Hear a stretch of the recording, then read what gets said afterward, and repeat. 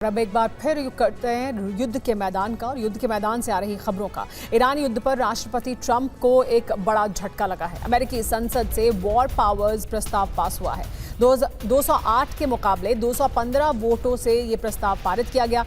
4 Republican सांसदों ने भी प्रस्ताव का समर्थन किया। ईरान पर हमले का फैसला नहीं ले सकेंगे अब ट्रंप, यानी अब अगर उन्हें कोई हमला करना है तो उसका फैसला वो खुद नहीं ले सकेंगे।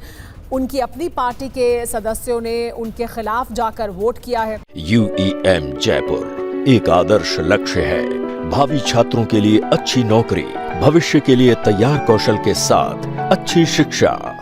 208 की बजाय 215 सांसदों ने इस पर अपने वोट दिया है। तो ट्रंप को घर में ही बड़ा झटका लगा है। खबर क्या है पहले ये जानिए। पहली बार हाउस में वॉर पावर्स रेजोल्यूशन पास हो चुका है। ईरान पर सैन्य कार्रवाई रोकने का ये प्रस्ताव है जो मंजूर कर लिया गया। ट्रंप के पक्ष में 208 और ट्रंप के विरोध में 215 वोट पड़े। ट्रंप की पार्टी के ही 4 सांसदों ने भी प्रस्ताव के पक्ष में वोटिंग की है। प्रस्ताव पास होने के 5 बड़े मायने क्या हैं वो समझिए। ट्रंप की ईरान नीति को अब घरेलू चुनौती मिल रही है, ये साफ दिख रहा है। रिपब्लिकन पार्टी में भी दरार के साफ संकेत हैं क्योंकि उनकी पार्टी के लोगों ने उनके खिलाफ वोट किया। ईरान के साथ समझौते की मांग भी अब अमेरिका के भीतर तेज हुई है।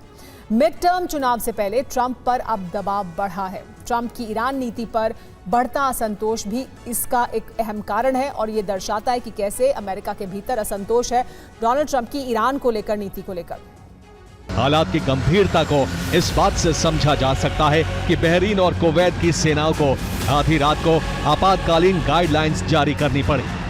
रिहायशी इलाकों में मिसाइलों के खतरनाक मलबे और बिना फटे विस्फोटकों के गिरने की आशंका बढ़ गई।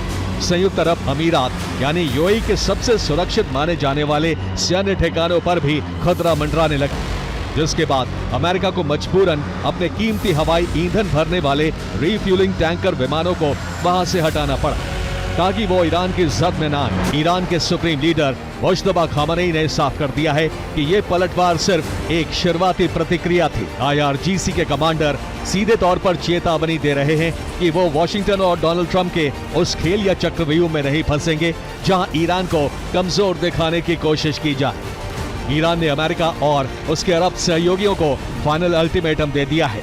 अगर अब अमेरिका ने केश्म द्वीप या ईरान के किसी भी ठिकाने पर दोबारा उंगली उठाई तो अगला हमला सिर्फ सैन्य बेसों पर नहीं होगा।